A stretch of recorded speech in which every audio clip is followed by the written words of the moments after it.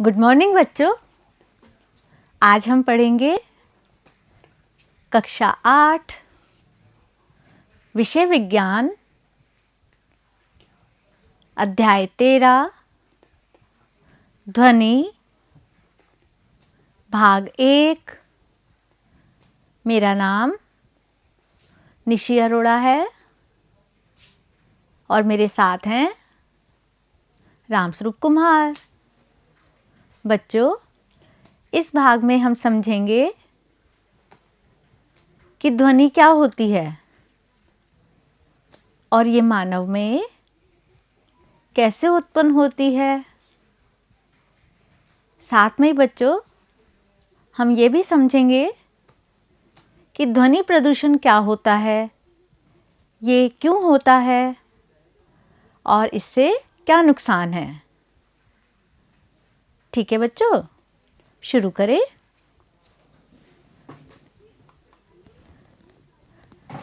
ध्वनि का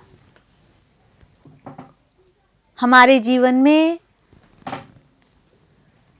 एक महत्वपूर्ण स्थान है। एक दूसरे से संपर्क करने में यह हमारी सहायता करती है। अपने चारों ओर हमें विभिन्न प्रकार की ध्वनियाँ सुनाई पड़ती हैं, जैसे पक्षियों की आवाज़, वाहनों की आवाज़, बांसुरी, तबला, सितार, हारमोनियम की ध्वनि आदि। बच्चों, तुम प्रतिदिन कई तरह की आवाज़ें सुनते हो ना, जैसे पक्षियों की आवाज़ें, अलग अलग वाहनों की आवाज़ें, संगीत के वाद्य यंत्रों की आवाज़ें, और हम जो आपस में बात करते हैं वो भी ध्वनि होती है। ठीक है बच्चों। बच्चों, अब हम समझेंगे कि ध्वनि की उत्पत्ति कैसे होती है। ध्वनि कंपित वस्तुओं द्वारा उत्पन्न होती है। कंपन किसी वस्तु की अपनी माध्य स्थिति के इधर उधर या आगे पीछे होने वाली गति को कंपन कहते हैं। बच्चों देखो, ये मान लीजिए एक पेंडुलम है, ये इसकी माध्य स्थिति है। अब ये इधर या इधर आता जाता है या आगे पीछे होता है, तो इस गति को कंपन कहते हैं। ठीक है बच्चों। बच्चों, अब हम समझेंगे कि जो अलग अलग वाद्य यंत्र होते हैं जिनसे संगीत बनता है, उनमें कौन सा भाग कंपन करके ध्वनि उत्पन्न करता है। वाद्य यंत्र ध्वनि उत्पन्न करने वाला कंपमान भाग। ढोलक, बच्चों ढोलक में ये जो तानित झिल्ली होती है ये कंपन करती है और फिर ध्वनि उत्पन्न होती है। वीणा, वीणा में तानित डोरी या तार ये कंपन करती है और ध्वनि पैदा करती है। तबला में भी तानित झिल्ली होती है जिससे आवाज निकलती है। ठीक है बच्चों। अब हम समझेंगे कि मनुष्य में ध्वनि कैसे उत्पन्न होती है। मनुष्य द्वारा उत्पन्न ध्वनि। मानव में ध्वनि वाक् यंत्र अथवा कंठ द्वारा उत्पन्न होती है। यह श्वास नली के ऊपरी सिरे पर होता है।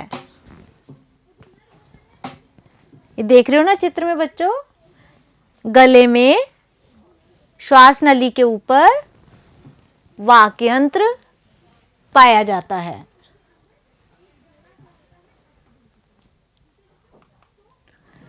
वाक् यंत्र या कंठ के आर पार दो वाक् तंतु इस प्रकार तानित होते हैं कि उनके बीच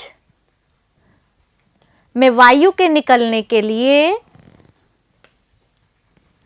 संकीर्ण झिरी बनी होती है। जब फेफड़े वायु को बलपूर्वक झिरी से बाहर निकालते हैं तो वाक् तंतु कंपित होते हैं, जिससे ध्वनि उत्पन्न होती है। बच्चों चित्र में देखिए, मनुष्य के वाक् तंत्र में दो वाक् तंतु होते हैं। इनके बीच में संकीर्ण झिरी होती है। जब फेफड़े वायु को झिरी से बाहर निकालते हैं तो ये तंतु कंपन करते हैं और इनके कंपन से ध्वनि उत्पन्न होती है। ठीक है बच्चों। पुरुषों, महिलाओं व बच्चों के वाक् तंतुओं की लंबाई भिन्न भिन्न होती है। पुरुषों में यह 20 मिलीमीटर, महिलाओं में 15 मिलीमीटर तथा बच्चों में बहुत छोटे छोटे होते हैं। इसी वजह से पुरुषों, महिलाओं और बच्चों की आवाज़ अलग अलग होती है। पुरुषों की भारी होती है, महिलाओं की मधुर होती है और बच्चों की बहुत ही ज़्यादा बारीक और मधुर आवाज़ होती है। ठीक है बच्चों। ध्वनि संचरण। बच्चों अब हम समझेंगे कि ध्वनि संचरण यानी ध्वनि एक जगह से दूसरी जगह कैसे जाती है। ध्वनि संचरण के लिए माध्यम की आवश्यकता होती है। ध्वनि ठोस, द्रव या गैस में संचरित होती है, परंतु यह निर्वात में संचरित नहीं हो सकती। बच्चों निर्वात क्या होता है? निर्वात वो जगह होती है जहां पर कोई वायु नहीं होती। ठीक है बच्चों।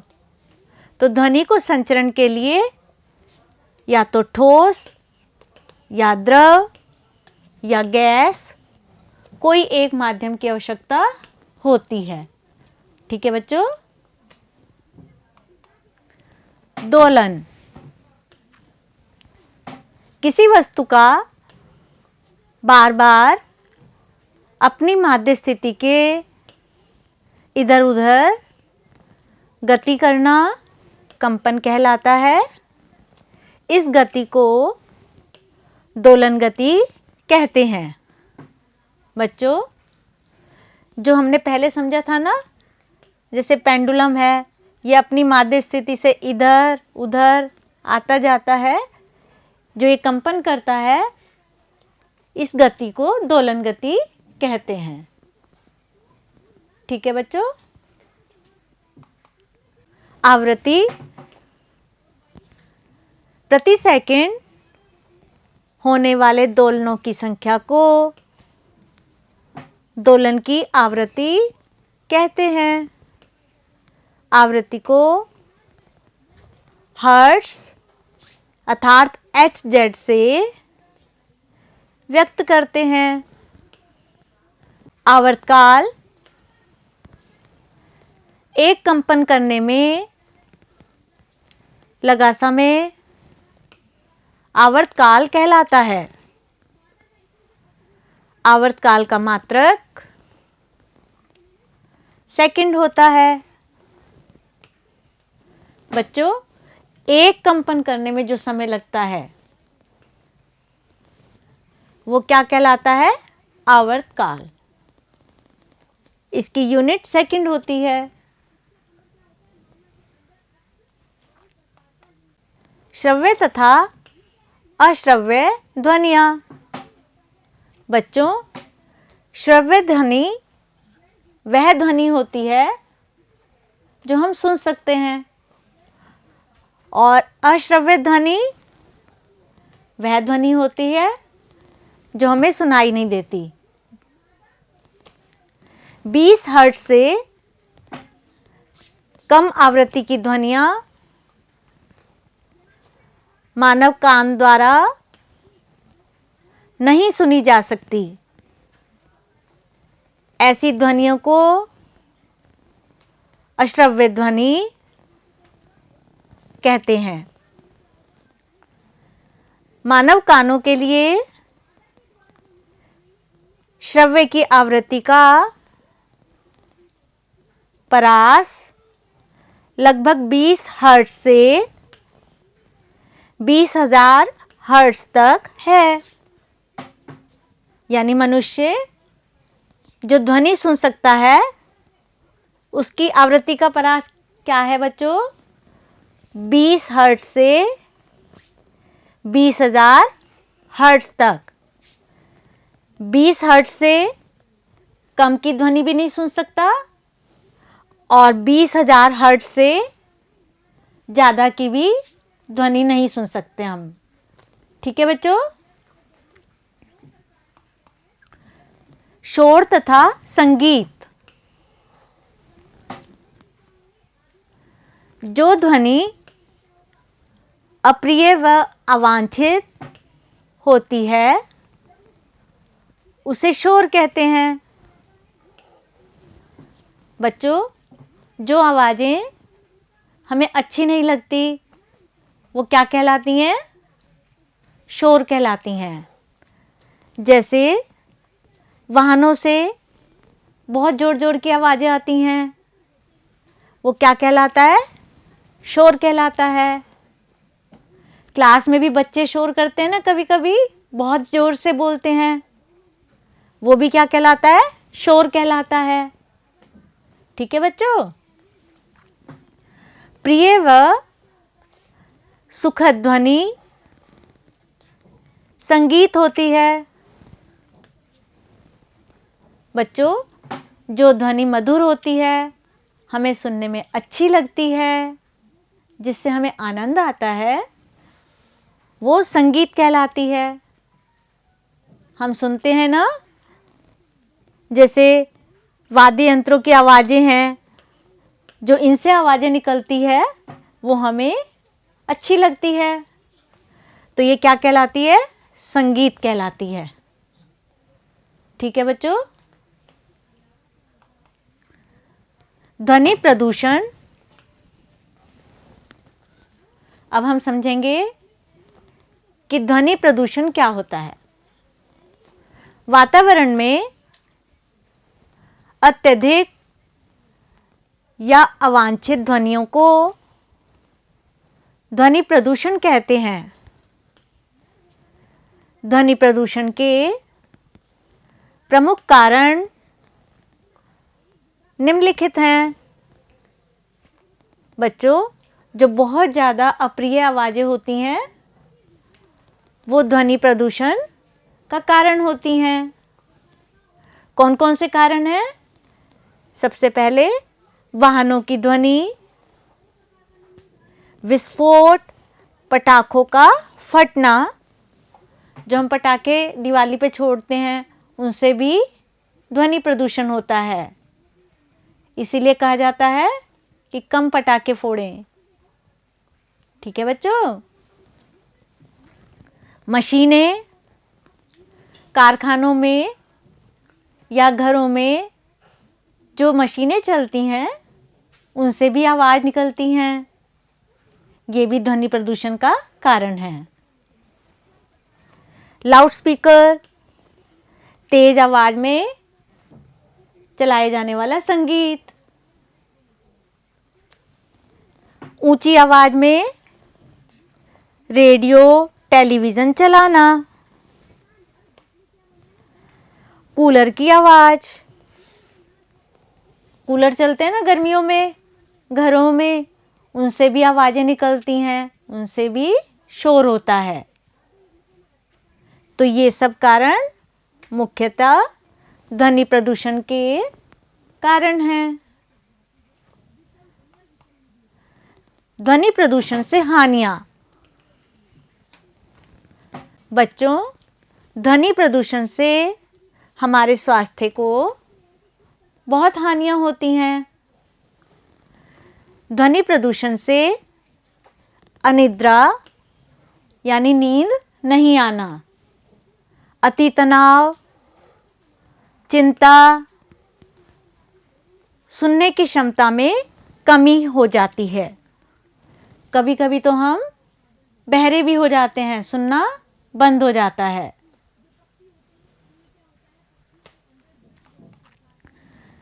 ध्वनि प्रदूषण को सीमित रखने के उपाय। बच्चों, अब हम समझेंगे कि ध्वनि प्रदूषण को कैसे कम किया जा सकता है।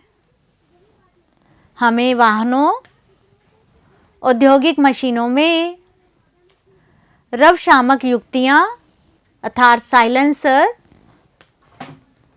लगाने चाहिए, जिससे कम आवाज होती है। वाहनों में हॉर्न का उपयोग कम से कम करना चाहिए।